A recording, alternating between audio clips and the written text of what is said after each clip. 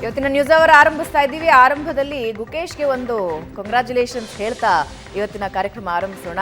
ಇಡೀ ಭಾರತ ಕಾಯ್ತಾ ಇತ್ತು ಚೆಸ್ ಚಾಂಪಿಯನ್ ಪಟ್ಟ ಮತ್ತೆ ಯಾವಾಗ ನಮಗೆ ಬರುತ್ತೆ ಅಂತ. ಅಂಥ ದಿನ ತಂದು ಕೊಟ್ಟಿದ್ದಾರೆ ಗುಕೇಶ್. ಅದು 18ನೇ ಅತಿ ಕಿರಿಯ ವಿಶ್ವ ಚಾಂಪಿಯನ್ಶಿಪ್ ಪಡೆದ ಒಂದು ಹಿರಿಮೆನ ನಮಗೆ ತಂದು ಕೊಟ್ಟಿದ್ದಾರೆ.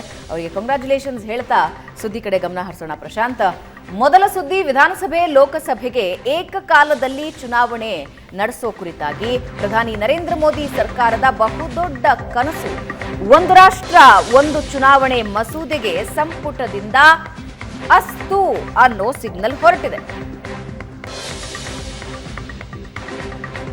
ಒನ್ ನೇಷನ್ ಒನ್ ಎಲೆಕ್ಷನ್ ಮಸೂದೆ ಮಂಡನೆಗೆ ಕೇಂದ್ರ ಸಿದ್ಧತೆ ಮಾಡಿಕೊಂಡಿದ್ದು, ಹಿಂದೆ ಒಂದು ದೇಶ ಒಂದು ಚುನಾವಣೆಗೆ ಮಸೂದೆ ಮಂಡನೆಯಾಗುತ್ತಾ? ಈಗಾಗಲೇ ಸಂಸದರಿಗೆ ವಿಪ್ ಜಾರಿ ಮಾಡಿದ್ದಾರೆ ಬಿಜೆಪಿ ಮತ್ತು ಕಾಂಗ್ರೆಸ್ ಹೈಕಮಾಂಡ್. ಪ್ರಧಾನಿ ಮೋದಿ ಮನೆಯಲ್ಲಿ ಅಮಿತ್ ಶಾ, ರಾಜನಾಥ್ ಸಿಂಗ್ ಸಭೆ ಡಿಸೆಂಬರ್ 14ಕ್ಕೆ. ಲೋಕಸಭೆಯಲ್ಲಿ ಪ್ರಧಾನಿ ನರೇಂದ್ರ ಮೋದಿ ಮಾತು. ಚರ್ಚೆಯಲ್ಲಿ ಪಾಲ್ಗೊಂಡು ಮಾತನಾಡಲಿದ್ದಾರೆ ಪ್ರಧಾನಿ ಮೋದಿ. ವಿರೋಧ ಹೆಚ್ಚಾದರೆ ಜಂಟಿ ಸದನ ಸಮಿತಿ ರಚನೆ ಸಾಧ್ಯತೆ.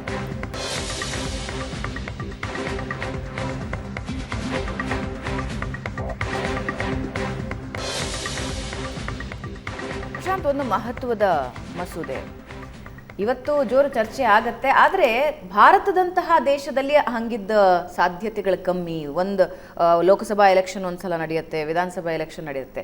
ಆಯಾ ಘಟನೆಗಳು ಸಮಯ ಸಂದರ್ಭಗಳಿಗೆ ತಕ್ಕನಾಗೆ ಅಂತ ಎಲ್ಲರೂ ಹೇಳ್ತಾ ಇದ್ದಾರೆ. How U see this? ಒಂದು ದೇಶ ಒಂದು ಚುನಾವಣೆ, ಲೋಕಸಭೆ ಮತ್ತು ವಿಧಾನಸಭೆ ಒಟ್ಟಿಗೆ.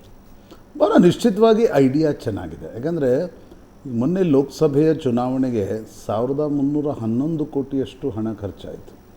ಹೆಚ್ಚು ಕಡಿಮೆ ನಿಮಗೆ ಲಾಜಿಸ್ಟಿಕ್ಸ್ಗೆ 1,500 ಕೋಟಿ 2,000 ಕೋಟಿ ಹಣ ಖರ್ಚಾಗ್ತಾ ಇರ್ತಕ್ಕಂಥ ಸಂದರ್ಭದಲ್ಲಿ ಎಲ್ಲ ಚುನಾವಣೆಗಳನ್ನು ಒಟ್ಟಿಗೆ ನಡೆಸಲಿಕ್ಕೆ ಸಾಧ್ಯ ಆದರೆ 2-3 ಲಾಭಗಳು ಸ್ಪಷ್ಟವಾಗಿ ಕಾಣ್ತವೆ. ಒಂದು, ಹಣದ ಉಳಿತಾಯ. ಹಣ ದೊಡ್ಡ ಪ್ರಮಾಣದಲ್ಲಿ ಉಳಿತಾಯ ಆಗುತ್ತೆ. ಯಾಕಂದರೆ ನೀವು 2014ರ ಲೋಕಸಭೆಯ ನಂತರ 2015ರಲ್ಲಿ ಹೆಚ್ಚು ಕಡಿಮೆ 4-5 ಚುನಾವಣೆಗಳು ಪ್ರತ್ಯೇಕವಾಗಿ ನಡೆದವು. ಒಂದೇ ವರ್ಷದ ಅವಧಿಯಲ್ಲಿ ಅಷ್ಟೊಂದು ಚುನಾವಣೆಗಳು ನಡೆದಾಗ ಯಾವ ಪ್ರಮಾಣದ ಹಣ ಖರ್ಚಾಗತ್ತೆ. ಒಂದು, ಇಡೀ ಲಾಜಿಸ್ಟಿಕ್ಸನ್ನು ನೀವು ಮೇಂಟೈನ್ ಮಾಡಬೇಕು. ಇಡೀ ಲಾಜಿಸ್ಟಿಕ್ಸನ್ನು ಮೇಂಟೈನ್ ಮಾಡ್ತಕ್ಕಂಥ ಸಂದರ್ಭದಲ್ಲಿ ಹಣದ ಖರ್ಚು ಎಷ್ಟಾಗತ್ತೆ ಅನ್ನೋದು ಒಂದು ಭಾಗ. ಎರಡನೇದು, ಪ್ರಮುಖವಾಗಿ ನೀವು ಪ್ಯಾರಾಮಿಲಿಟರಿ ಡಿಪ್ಲಾಯ್ಮೆಂಟ್ ಚುನಾವಣೆ ಸಂದರ್ಭದಲ್ಲಿ ಮಾಡಬೇಕಾಗತ್ತೆ. ಆ ಪ್ಯಾರಾಮಿಲಿಟರಿ ಡಿಪ್ಲಾಯ್ಮೆಂಟ್ಗೂ ಕೂಡ ದೊಡ್ಡ ಪ್ರಮಾಣದಲ್ಲಿ ಸರ್ಕಾರ ಹಣವನ್ನು ಖರ್ಚು ಮಾಡುತ್ತೆ. ಮೂರನೇದು ನನಗೆ ಅನ್ನಿಸ್ತಿರ್ತಕ್ಕಂಥದ್ದು ಅಂದರೆ, ಈಗ ಪ್ರಧಾನಮಂತ್ರಿ ಮೋದಿ ಹೇಳ್ತಾ ಇರುವ ಮಾತೇನು ಅಂತಂದರೆ, ಇಲ್ಲ ಯಾವಾಗಲೂ ಫ್ರೀಕ್ವೆಂಟಾಗಿ ನೀತಿ ಸಂಹಿತೆ ಜಾರಿಯಾಗೋದ್ರಿಂದ ಅನೇಕ ಸರ್ಕಾರಗಳು ಕೆಲಸ ಮಾಡಲಿಕ್ಕೆ ಆಗೋಲ್ಲ. ನಮ್ಮ ಪ್ರಚಾರದಲ್ಲೇ ವರ್ಷಕ್ಕೊಂದು 3 ಚುನಾವಣೆ ಅಂತಂದರೆ ಹೆಚ್ಚು ಕಡಿಮೆ 3 ತಿಂಗಳು ಹೋಗ್ಬಿಡ್ತು. ನೀತಿ ಸಂಹಿತೆ ಜಾರಿಯಾಗತ್ತೆ. ನಾವು ಹೋಗಿ ಬರೀ ಚುನಾವಣಾ ಪ್ರಚಾರವನ್ನೇ ಮಾಡಬೇಕಾಗತ್ತೆ. ಗವರ್ನೆನ್ಸ್ ಹತ್ತ ಫೋಕಸ್ ಮಾಡೋದು ಹೇಗೆ, ಯಾವಾಗ ಅಂತಕ್ಕಂಥದ್ದು ಮೋದಿ ಮತ್ತು ಬಿ ಜೆ ಪಿ ಕೇಳ್ತಾ ಇರ್ತಕ್ಕಂಥ ಪ್ರಶ್ನೆ. ನೋಡಿ, ಈ ಐಡಿಯಾ ಈಗ 1951-52ರ ಮೊದಲ ಚುನಾವಣೆ, 57, 62, 67 4 ಚುನಾವಣೆಗಳು ದೇಶದಲ್ಲಿ ಹೆಚ್ಚು ಕಡಿಮೆ ಒಟ್ಟಿಗೆ ನಡೆದಿವೆ. ಲೋಕಸಭೆಗೆ ಮತ್ತು ವಿಧಾನಸಭೆಗೆ. ಆದರೆ 1967ರಲ್ಲಿ ಮೊದಲ ಬಾರಿ ಕಾಂಗ್ರೆಸ್ ಕೈಯಿಂದ 9 ಸರ್ಕಾರಗಳು ಹೋದವು. ಫಸ್ಟ್ ಟೈಮ್ ಪಂಡಿತ್ ನೆಹರು ಅವರ ನಿಧನದ ನಂತರ ಇಂದಿರಾ ಗಾಂಧಿ ಯಾವಾಗ ಪ್ರಧಾನಮಂತ್ರಿ ಆಗ್ತಾರೆ, ಆ ಚುನಾವಣೆಯಲ್ಲಿ, ವಿಧಾನಸಭಾ ಚುನಾವಣೆಯಲ್ಲಿ 9 ಚುನಾವಣೆಗಳನ್ನು ಕಾಂಗ್ರೆಸ್ ಸೋಲ್ತು. ಅದಾದ್ಮೇಲೆ ಡಿಲಿಂಕ್ ಆಗಿದ್ದು ಬಾಂಗ್ಲಾ ಯುದ್ಧದ ನಂತರ ಲೋಕಸಭಾ ಚುನಾವಣೆಯನ್ನು ಸ್ವಲ್ಪ ಮುಂದೂಡಲಾಯಿತು. ಅದು ಡಿಲಿಂಕ್ ಆಗ್ತಾನೆ ಬಂತು. ಈಗ ಮೋದಿ ಅವ್ರಿಗೆ ಅನಿಸ್ತಾ ಇದೆ, ಇಲ್ಲ ಫ್ರೀಕ್ವೆಂಟ್ ಆಗಿ ಚುನಾವಣೆಗಳನ್ನು ನಡೆಸ್ತಾ ಇರೋದ್ರಿಂದ ಗವರ್ನೆನ್ಸ್ ಮೇಲೆ ಒತ್ತಡ ಬೀಳ್ತಾ ಇದೆ, ಹೊಡೆತ ಬೀಳ್ತಾ ಇದೆ, ನಾವು ಹಿಂದುಳಿತಾ ಇದ್ದೀವಿ. ಆ ಕಾರಣದಿಂದ ನಾವು ಒಟ್ಟಿಗೆ ಚುನಾವಣೆಯನ್ನು ನಡೆಸಬೇಕು. ಸರಿ, ರಾಮನಾಥ್ ಕೋವಿಂದ್ ನೇತೃತ್ವದ ಒಂದು ಸಮಿತಿ ರಚಿಸಲಾಯಿತು. ಅದರಲ್ಲಿ ರಾಮನಾಥ್ ಕೋವಿಂದ್, ಅಮಿತ್ ಶಾ, ಅರ್ಜುನ್ ರಾಮ್ ಮೇಘ್ವಾಲ್ ಮತ್ತು NK ಸಿಂಗ್, ಈ ಥರದ ಹರೀಶ್ ಸಾಳ್ವೆ ಕೂಡ ಅದರಲ್ಲಿದ್ದರು, ಸಂವಿಧಾನ ತಜ್ಞರು. ಇವರೆಲ್ಲರೂ ಒಂದು ರಿಪೋರ್ಟನ್ನು ಈಗ ರಾಷ್ಟ್ರಪತಿಗಳಿಗೆ ಕೊಟ್ಟ ನಂತರ ನಿನ್ನೆ ಕೇಂದ್ರದ ಕ್ಯಾಬಿನೆಟ್ನಲ್ಲಿ ಈ ಒಂದು one nation one election ಬಿಲ್ಗೆ curd ಏನಿದೆ ಅದಕ್ಕೊಂದು ಅನುಮೋದನೆ ಕ್ಯಾಬಿನೆಟ್ ಕೊಟ್ಟಿದೆ. ಇವತ್ತು ಬಹುತೇಕ ಸಂಸತ್ನಲ್ಲಿ ಅದರ ಮಂಡನೆ ಆಗ್ಬೋದು ಲೋಕಸಭೆಯಲ್ಲಿ. ಬಟ್ ಅದರಲ್ಲಿ 2-3 ಪೇಚುಗಳಿವೆ. ಒಂದು, ನಿಮಗೆ ಲೋಕಸಭೆ ಮತ್ತು ರಾಜ್ಯಸಭೆ ಎರಡೂ ಕಡೆ 2/3 ಬಹುಮತ ಬೇಕು. ಅಂದರೆ ನೀವು 543 ಲೆಕ್ಕ ಹಾಕಿದರೆ ಅರೌಂಡ್ 360-363 ಸಂಸದರ ಬೆಂಬಲ ನಿಮಗೆ ಬೇಕು. ಈಗ ಸರ್ಕಾರದ ಬಳಿ ಇರ್ತಕ್ಕಂಥದ್ದು 303-304. ಯಾಕಂದರೆ 240 BJP ಮಿತ್ರ ಪಕ್ಷಗಳು, ನಂತರ ಪಕ್ಷೇತರರು, ಸಣ್ಣ ಸಣ್ಣ ಪಕ್ಷಗಳು, 32 ಪಕ್ಷಗಳಿವೆ. ಹಾಗಾಗಿ ಸರ್ಕಾರ ಹೆಚ್ಚುವರಿ 50-60 ಸಂಸದರ ಬೆಂಬಲವನ್ನು ಹೇಗೆ ಪಡೆಯುತ್ತೆ ಅನ್ನೋದು ಕೂಡ ಬಹಳ ಮುಖ್ಯ ಆಗುತ್ತೆ. ರಾಜ್ಯಸಭೆಯಲ್ಲಿ 245 ಮೆಂಬರ್ಸ್ನಲ್ಲಿ ನಿಮಗೆ 103 ವಿಪಕ್ಷಗಳ ಸಂಸದರೇ ಇದ್ದಾರೆ, 95 BJP ಇದ್ದಾರೆ, 118 NDA ಬರುತ್ತೆ, ಒಂದು 5 ಈ ನಾಮನಿರ್ದೇಶಿತ ನಾಮಿನೇಟೆಡ್ ಮೆಂಬರ್ಸ್ ಇರ್ತಾರೆ. ಆದರೆ ಅಲ್ಲೂ ಕೂಡ ನಿಮಗೆ 163 ಬೇಕು, 163 ಬೆಂಬಲ ಬೇಕು. ಅದು ಇವತ್ತಿನ ಪರಿಸ್ಥಿತಿಯಲ್ಲಿ ಸಾಧ್ಯ ಆಗುತ್ತಾ ಅಂತಕ್ಕಂಥದ್ದು ಪ್ರಶ್ನೆ. ಅದಾದ ಮೇಲೆ 15 ರಾಜ್ಯಗಳ ವಿಧಾನಸಭೆಗಳು ಇದು ಕಾನ್ಸ್ಟಿಟ್ಯೂಷನಲ್ ಅಮೆಂಡ್ಮೆಂಟ್ ಬಿಲ್ ಆಗಿರೋದ್ರಿಂದ ಇದನ್ನು ರ್ಯಾಟಿಫೈ ಮಾಡಬೇಕು. ಸೊ ಪ್ರೊಸೆಸ್ ಏನು ಸುಲಭದ್ದಲ್ಲ. ವಿಪಕ್ಷಗಳ ಜೊತೆ ಮಾತುಕತೆ ನಡೆಸಬೇಕಾಗತ್ತೆ. ವಿಪಕ್ಷಗಳು ಇದಕ್ಕೆ ಬೆಂಬಲ ಕೊಡ್ತಾವ ಅಥವಾ ವಿಪಕ್ಷಗಳಲ್ಲಿನ ಕೆಲ ಪಕ್ಷಗಳ ಬೆಂಬಲವನ್ನು ಇದರಲ್ಲಿ ಪಡಿಲಿಕ್ಕೆ ಸಾಧ್ಯ ಆಗುತ್ತಾ ಅನ್ನೋದು ಕೂಡ ಮುಖ್ಯ ಆಗುತ್ತೆ. ಬರೀ ಅಷ್ಟಿಗೆ ಪೇಚ್ ನಿಲ್ಲಲ್ಲ. ನೀವು ಕಾನ್ಸ್ಟಿಟ್ಯೂಷನಲ್ ಅಮೆಂಡ್ಮೆಂಟ್ ತರಬೇಕಾದ್ರೆ 18 ಕಾನ್ಸ್ಟಿಟ್ಯೂಷನಲ್ ಅಮೆಂಡ್ಮೆಂಟ್ಗಳನ್ನು ತರಬೇಕಾಗುತ್ತೆ. ಇವತ್ತು ಈ ಬಿಲ್ ಮಂಡನೆಯಾಗಿ ಅದು ಸಿಲೆಕ್ಟ್ ಕಮಿಟಿಗೆ ಹೋಗುತ್ತೋ, ಜಾಯಿಂಟ್ ಪಾರ್ಲಿಮೆಂಟ್ರಿ ಕಮಿಟಿಗೆ ಹೋಗುತ್ತೋ, ಒಂದು ಭಾಗ ಹೋಗುತ್ತೆ. ಯಾಕಂದರೆ ಅನೇಕ ತಿದ್ದುಪಡಿಗಳನ್ನು ತರಬೇಕು. ಆರ್ಟಿಕಲ್ 83, 85, 172, 174 ಮೇಲ್ನೋಟಕ್ಕೆ ಅದರ ತಿದ್ದುಪಡಿ ಆಗಬೇಕು. ಯಾಕಂದರೆ ನೀವು ಯಾವುದೇ ಸದನದ ಅವಧಿ 5 ವರ್ಷ ಇರುತ್ತೆ, ಲೋಕಸಭೆ ಮತ್ತು ವಿಧಾನಸಭೆ. ಒಂದು ಅದನ್ನು ಕಮ್ಮಿ ಮಾಡಬೇಕು ಅಥವಾ ಅದನ್ನು ಜಾಸ್ತಿ ಮಾಡಬೇಕು. ಅದಾದರೆ ಕಾನ್ಸ್ಟಿಟ್ಯೂಷನ್ ಅಮೆಂಡ್ಮೆಂಟ್ ಆಗಬೇಕು. 82A ಪ್ರಮುಖವಾಗಿ ಅಳವಡಿಕೆ ಆಗಬೇಕು. 82A ಏನು ಹೇಳುತ್ತೆ? ಡಿಲಿಮಿಟೇಷನ್ ಆಗಬೇಕು. ಸಂಸದರ ಸಂಖ್ಯೆ ಲೋಕಸಭೆಯಲ್ಲಿ ಜಾಸ್ತಿ ಆಗಬೇಕು, ವಿಧಾನಸಭೆಯ ಕ್ಷೇತ್ರಗಳ ಮರು ವಿಂಗಡಣೆ ಆಗಬೇಕು. ಅದರ ಜೊತೆಗೆ ಈ ಒಂದು 1 ನೇಷನ್ 1 ಇಲೆಕ್ಷನ್ 2029 ಪ್ರಶ್ನೆ ಬರುತ್ತೆ. ಹಾಗಾದರೆ ಈಗ ಮೊನ್ನೆ ಹರಿಯಾಣ ಮಹಾರಾಷ್ಟ್ರ ನಡೆದಿದೆ. ನೀವು 2029ಕ್ಕೆ ಹರಿಯಾಣ ಮಹಾರಾಷ್ಟ್ರ ನಡಿಬೇಕಾದ್ರೆ ಅದರ ಅವಧಿ 6 ತಿಂಗಳು ಕಡಿಮೆ ಮಾಡಬೇಕು. ಮುಂದಿನ ವರ್ಷ ದಿಲ್ಲಿ, ಬಿಹಾರ್, ಇನ್ನೂ ಅನೇಕ ರಾಜ್ಯಗಳ ಚುನಾವಣೆಗಳು ನಡೀಬೇಕಿವೆ. ಅವುಗಳ ಅವಧಿಯನ್ನು ನೀವು 15 ತಿಂಗಳು ಕಡಿಮೆ ಮಾಡಬೇಕು.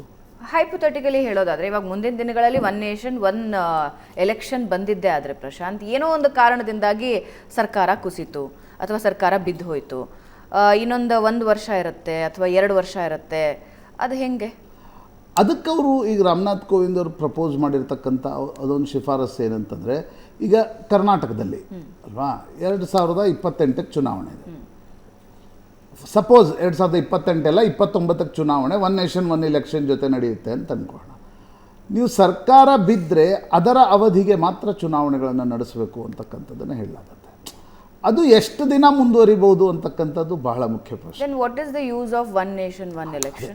ಈಗ ನಾನು ಅದಕ್ಕೆ ಹೇಳಿದೆ, ಐಡಿಯಾ ಚೆನ್ನಾಗಿದೆ, ಬಟ್ ಭಾರತದಂಥ ರಾಜ್ಯದಲ್ಲಿ ಅದರ ಇಂಪ್ಲಿಮೆಂಟೇಷನ್ ಹೇಗೆ, ಅದರ ಇನ್ನೊಂದು ಡಿಸ್ಅಡ್ವಾಂಟೇಜ್ ಬಗ್ಗೆ ವಿಪಕ್ಷಗಳು ಹೇಳ್ತಾ ಇವೆ, ಅದ್ರ ಬಗ್ಗೆ ಕೂಡ ಚರ್ಚೆ ಆಗ್ತಾ ಇದೆ. ರೀಜ್ನಲ್ ಇಶ್ಯೂಸ್ಗಳು ಬಿಂಬಿತ ಆಗಲ್ಲ. ಅದು ಹೆಂಗೆ?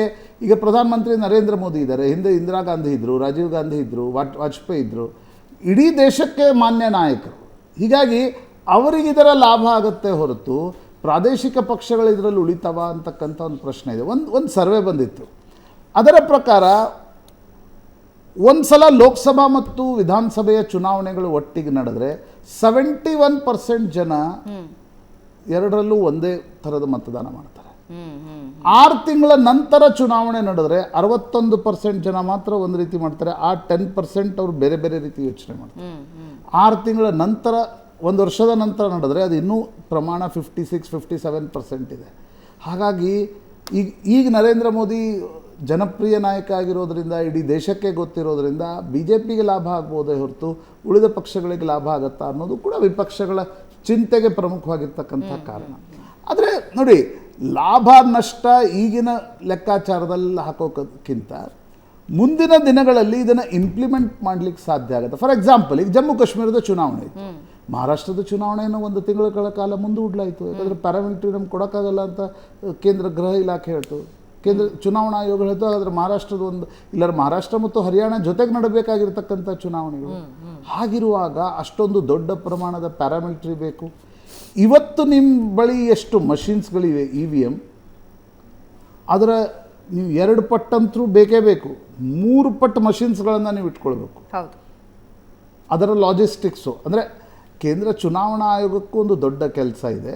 ಜೊತೆಗೆ ಒಂದು ಮೊದಲೇ ಹರ್ಡಲ್ ಇದು ಪಾಸ್ ಆಗುತ್ತಾ, 2ನೇ ಹರ್ಡಲ್ ಇದು ಸಾಧ್ಯ ಆಗಿದೆ. ಕರ್ನಾಟಕದೇ ತೆಗೆದುಕೊಳ್ಳೋಣ, 28ರಲ್ಲಿ ಚುನಾವಣೆ ಇದೆ ಅಲ್ವಾ, ನೀವು 28ರಲ್ಲಿ ಚುನಾವಣೆ ಆದಮೇಲೆ ಮತ್ತೊಂದು ವರ್ಷದಲ್ಲಿ ವಿಧಾನಸಭೆ ಮತ್ತೆ ಚುನಾವಣೆ, ಅದು ಸಾಧ್ಯ ಆಗುತ್ತಾ? ಅದಕ್ಕೆ ರಾಜ್ಯಗಳ ಒಪ್ಪಿಗೆ ಸಿಗ್ಲಿಕ್ಕೆ ಸಾಧ್ಯ ಆಗುತ್ತಾ? ಇದು ದೊಡ್ಡ ಪ್ರಶ್ನೆ ಅಂತ ಅನಿಸುತ್ತೆ. ಬಟ್ ನರೇಂದ್ರ ಮೋದಿ ಅವ್ರಿಗೆ ಅನಿಸ್ತಾ ಇದೆ ಒಂದೊಂದು ಮಹತ್ವಾಕಾಂಕ್ಷೆ. ಅವರೊಂದು 7 ದೇಶಗಳ ಸರ್ವೆ ಮಾಡಿದ್ದಾರೆ, ಅಂದರೆ 7 ದೇಶಗಳ ಒಂದು report. Indonesia, Japan, Germany, Sweden, United ಸ್ಟೇಟ್ಸ್ನಲ್ಲೂ ಕೂಡ ಪ್ರೆಸಿಡೆನ್ಷಿಯಲ್ ಎಲೆಕ್ಷನ್ US ಹೌಸ್ ಜೊತೆ ನಡೆಯುತ್ತೆ. ಆದರೆ ಅಲ್ಲಿನ ಸ್ಥಿತಿಗತಿಗಳು ಬೇರೆ, ಇಲ್ಲಿನ ಸ್ಥಿತಿಗಳು, ಇದು ಡೈವರ್ಸಿಫೈಡ್ ಕಂಟ್ರಿ. ಇಲ್ಲಿ ರೀಜನಲ್ ಇಶ್ಯೂಸ್ಗಳಿವೆ. ಅಮೆರಿಕಾದಲ್ಲಿ 2 ಪಾರ್ಟಿ ಇವೆ, ನಮ್ಮಲ್ಲಿ ಎಷ್ಟು ಪಾರ್ಟಿಗಳಿವೆ? ಕೆಲವೊಂದು ಕಡೆ ಅಂದರೂ ಜಿಲ್ಲೆಗೊಂದು ಪಾರ್ಟಿ ಇದೆ, ಸಣ್ಣ ಉಪಜಾತಿಗೊಂದು ಪಾರ್ಟಿ ಇದೆ. ಹಾಗಿರುವಾಗ ಇದು ಎಷ್ಟು ವರ್ಕೆಬಲ್? ಬಟ್ ನನಗನ್ಸುತ್ತೆ ಚರ್ಚೆ ಆಗೋದ್ರಲ್ಲಿ ತಪ್ಪಿಲ್ಲ. ಪಾರ್ಲಿಮೆಂಟ್ ಇದನ್ನು ಚರ್ಚೆ ಮಾಡೋದ್ರಲ್ಲಿ ಏನು ತಪ್ಪಿದೆ? ಅಳವಡಿಕೆ ಹೇಗೆ ಮಾಡಬೇಕು, ಅದಕ್ಕೆ ತಿದ್ದುಪಡಿಗಳನ್ನು ತರೋದು ಮುಂದಿನ ಭಾಗ. ಆದರೆ ನರೇಂದ್ರ ಮೋದಿ ಸರ್ಕಾರ ಇದನ್ನು ಇವತ್ತು ಲೋಕಸಭೆಯಲ್ಲಿಟ್ಟು ಜಾಯಿಂಟ್ ಪಾರ್ಲಿಮೆಂಟ್ರಿ ಕಮಿಟಿಗೆ ಕಳಿಸ್ಬೋದು, ಸಿಲೆಕ್ಟ್ ಕಮಿಟಿಗೆ ಕಳಿಸ್ಬೋದು, ಅಲ್ಲಿನ ಕೆಲ ತಿದ್ದುಪಡಿಗಳು ಬರ್ಬೋದು. ಬಟ್ 2029ಗೆ 1 ನೇಷನ್ 1 ಎಲೆಕ್ಷನ್ ನಡೆಸಬೇಕು ಅನ್ನೋದು ನರೇಂದ್ರ ಮೋದಿ ಮನಸ್ಸಿನಲ್ಲಿದೆ, ಸರ್ಕಾರದ ಮನಸ್ಸಿನಲ್ಲೂ ಕೂಡ ಇದೆ. ಬಟ್ ಅದಕ್ಕೆ ಬೆಂಬಲ ಸಿಗುತ್ತಾ? ವಿಪಕ್ಷಗಳ ಬೆಂಬಲ ಬೇಕು, ಮಧ್ಯೆ ಕುಳಿತವರ ಬೆಂಬಲ ಬೇಕು. ಆ್ಯಂಡ್ ಪ್ರಾಕ್ಟಿಕಲಿ ಇಂಪ್ಲಿಮೆಂಟೇಷನ್ ಹೇಗೆ ಸಾಧ್ಯ ಅನ್ನೋದ್ರ ಬಗ್ಗೆನೂ ಗಮನ ಹರಿಸಬೇಕು. ಸಾಮಾನ್ಯ ಜನರಾಗಿ ಯೋಚನೆ ಮಾಡೋದಾದರೆ ಸುಲಭದ ಹಾದಿ ಇಲ್ಲ, ಇದು ಸುಲಭದ ಹಾದಿ ಇಲ್ಲ. ಆಮೇಲೆ ನೀವು ಅನೇಕ ಈ ಸಂವಿಧಾನಿಕ ತಿದ್ದುಪಡಿಗಳನ್ನು ತರಬೇಕಾದ್ರೆ ಲೋಕಸಭೆ ರಾಜ್ಯಸಭೆಯಲ್ಲಿ ಭಾಳ ಕಷ್ಟಪಡಬೇಕಾಗತ್ತೆ. ನೀವು ಇಮ್ಯಾಜಿನ್ ಮಾಡಿ, 50 ಸೀಟು ಲೋಕಸಭೆಯಲ್ಲಿ ಹೆಂಗೋ ಮ್ಯಾನೇಜ್ ಮಾಡ್ಬೋದು, ರಾಜ್ಯಸಭೆಯಲ್ಲಿ ಮ್ಯಾನೇಜ್ ಮಾಡ್ತೀವಿ.